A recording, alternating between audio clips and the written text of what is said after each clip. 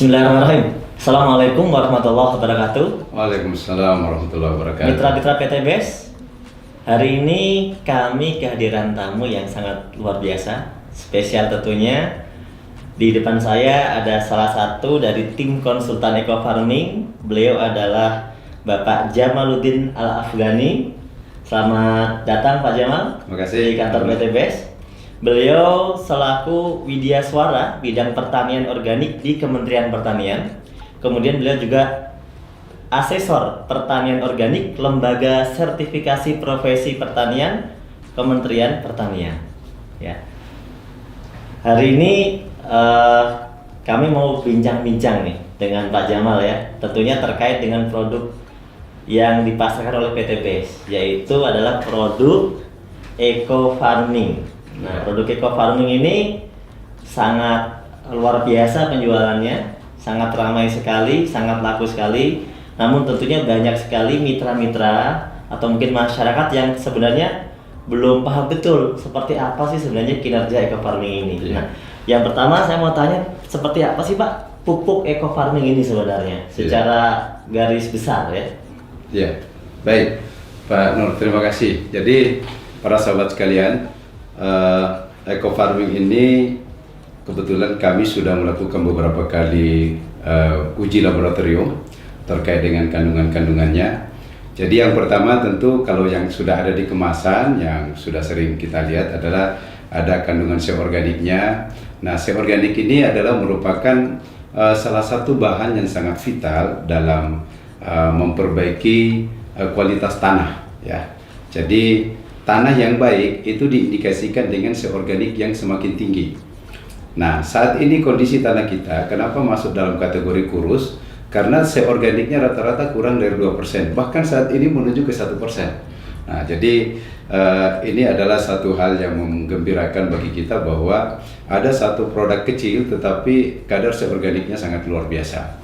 Kemudian yang kedua ada kandungan N-nya, P-nya, K-nya. Ya sekalipun dalam jumlah yang kecil, tapi ingat bahwa memang untuk bahan organik tidak ada NPK yang di atas 5 ya.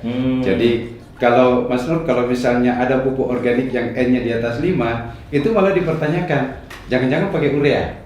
Jadi secara peraturan memang nggak boleh. Nggak boleh.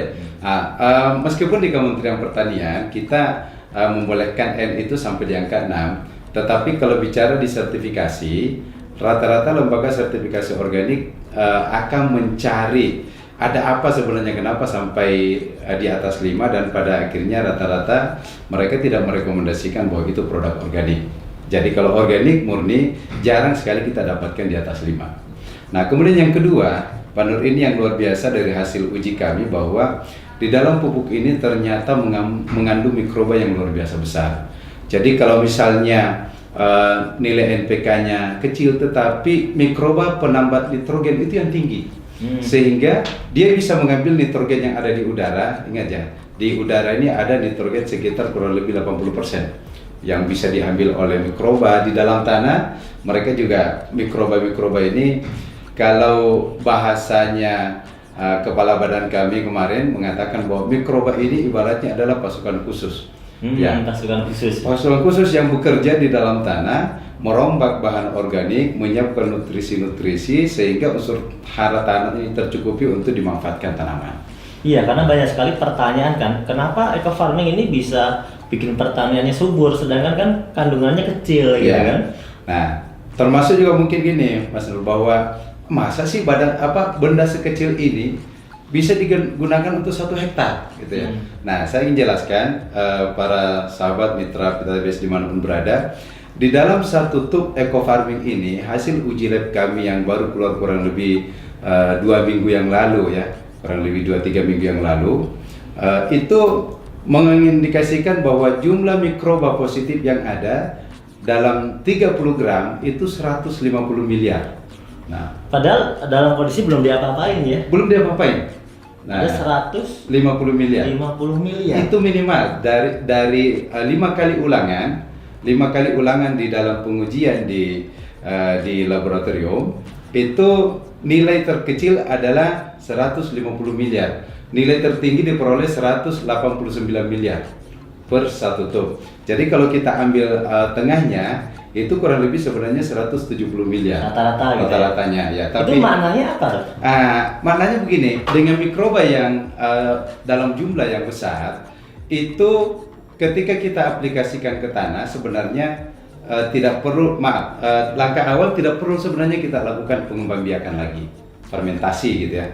Itu yang pertama. Yang kedua, ketika kita aplikasikan ke tanah di dalam satu kali aplikasi, misalnya kemarin saya membuat sebuah catatan kecil bagaimana kita breakdown di dalam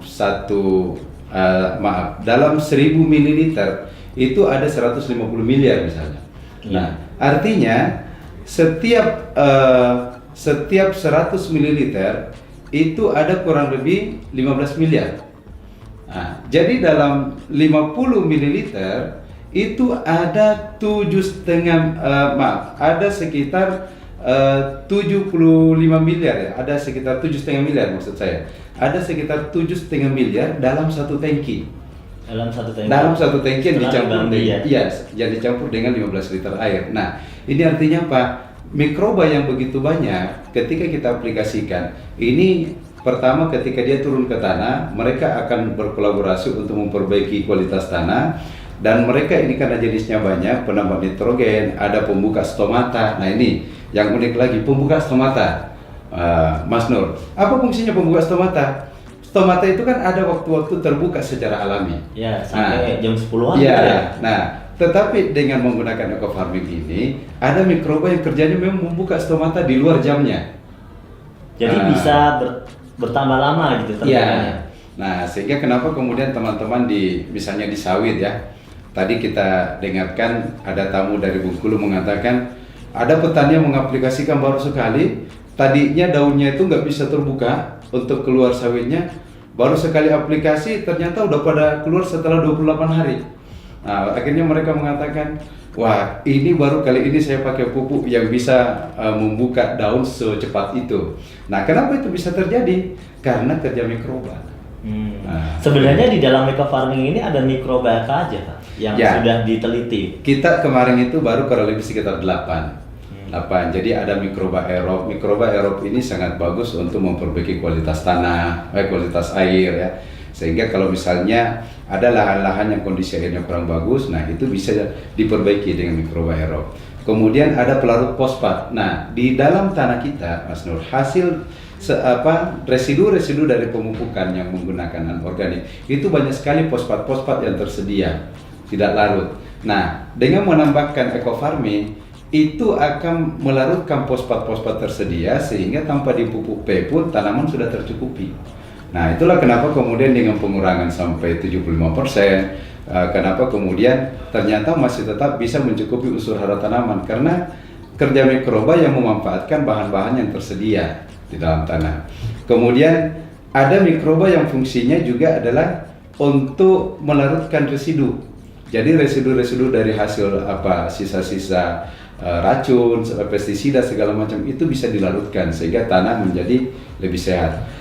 Ada selain penambat nitrogen, pelarut fosfat, nah kita mikoriza. Nah ini dia. Ini mikoriza yang sangat luar biasa. Kenapa luar biasa? Mikoriza ini mampu mengambil makanan untuk disuplai ke akar tanaman dalam jarak yang sangat jauh. Jadi dia bekerja membantu menyuplai makanan. Ya, menyuplai. Dan yang kedua, mikoriza ini dia juga sekaligus membuat cadangan makanan. Nah, jadi kalau misalnya ada tanaman-tanaman yang kekeringan gitu ya, tidak tersuplai unsur hara dalam waktu air dan cukup misalnya, itu karena adanya cadangan makanan dari mikoriza sehingga dia masih tetap tahan. Nah, inilah kelebihannya sehingga kita mendengarkan banyak sekali dari teman-teman menyampaikan bahwa kenapa kok kekeringan tapi masih tetap hijau. Nah, itu salah satu fungsi hasil kerja dari mikoriza ini. Ya. Dan yang lainnya mungkin. Nah, jadi kita baru intinya begini, kita baru mengidentifikasi mikroba ini kurang lebih sekitar 200 juta dari 150 miliar. Nah, sehingga baru diidentifikasi sebagian. Iya, baru sebagian. Dari 150 miliar ini hasil uji kita baru kurang lebih 200 juta yang teridentifikasi. Artinya apa? Masih banyak mikroba-mikroba positif lain yang belum kita ketahui apa namanya, tetapi hasilnya sudah nampak kinerjanya. Nah, jadi begitu diaplikasikan ke tanaman, loh kok ini bagus. Nah, itu dia rupanya kolaborasi dari banyak mikroba ini memberikan pengaruh yang luar biasa untuk menyiapkan unsur hara dalam tanah.